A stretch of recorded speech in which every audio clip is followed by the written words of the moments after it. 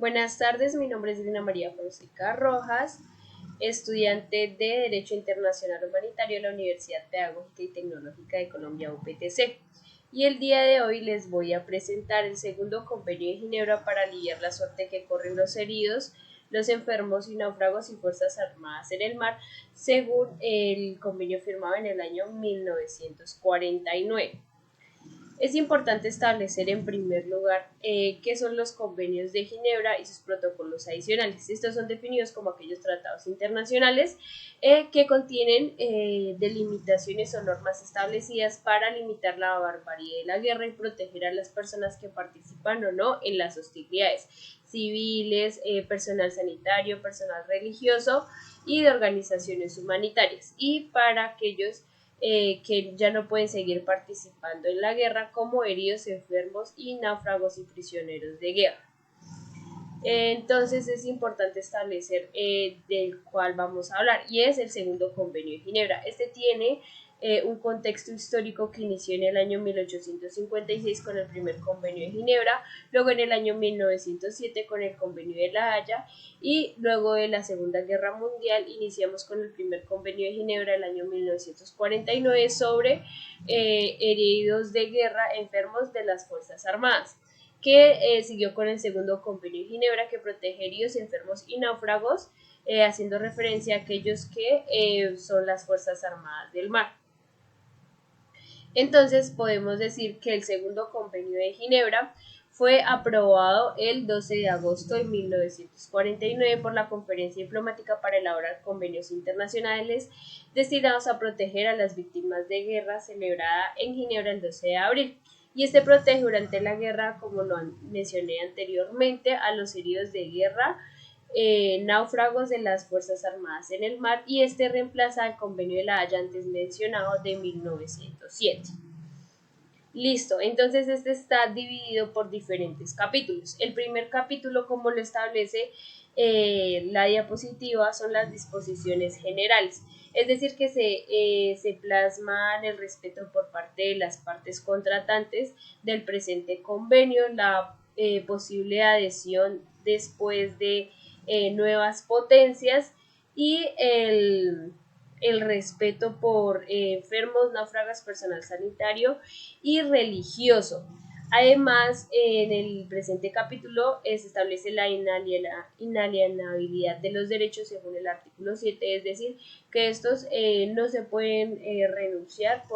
no pueden renunciarse por parte de las víctimas del mismo, y establece también que las potencias protectoras tienen que prestar su ayuda a las partes salvaguardando sus intereses sin extralimitarse de alguna manera. En el segundo capítulo tenemos heridos, enfermos y náufragos, es decir, que se establecen las directrices sobre el trato, protección y asistencia de heridos, enfermos y náufragos que se encuentren por las partes en conflicto. Estableciendo que se protegen a las personas de las Fuerzas Armadas, los miembros de otras milicias, los miembros del personal sanitario, personal religioso o personal humanitario que se haya certificado antes del conflicto. Seguimos entonces con el capítulo tercero.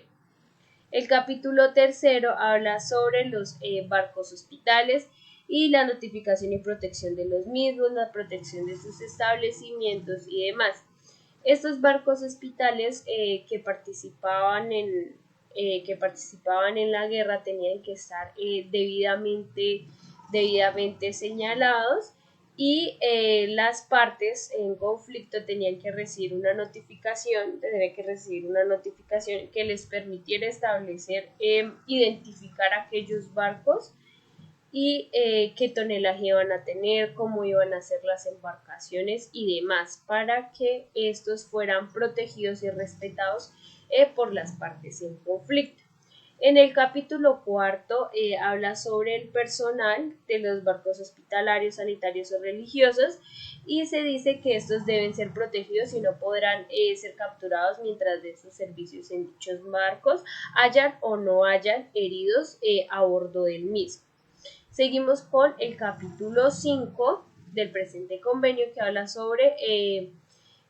transportes sanitarios. Estos, al igual que los barcos hospitales, tienen que estar debidamente marcados y deben contar con la identificación propia para que puedan ser identificados por las partes.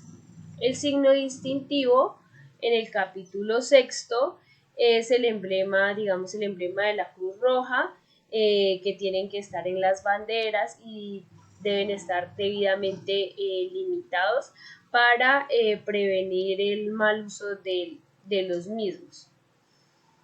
Continuamos con el capítulo séptimo, que en el capítulo séptimo habla pues de la aplicación del convenio, en qué casos y qué casos no están previstos, la prohibición de las represalias, la difusión del convenio y las traducciones encargadas por parte de los diferentes países y cómo se van a aplicar los mismos. En el capítulo octavo habla de la represión de los abusos y las infracciones. Entonces, a lo largo de este articulado se establece que las sanciones penales pueden ser establecidas por el mismo y deben estar delimitadas en infracciones graves y las diferentes responsabilidades que tienen las partes contratantes y las partes neutrales y protectoras en el largo de un conflicto. Y por último tenemos las disposiciones finales en las cuales se establece el idioma, la firma y en qué momento fue ratificado el presente convenio.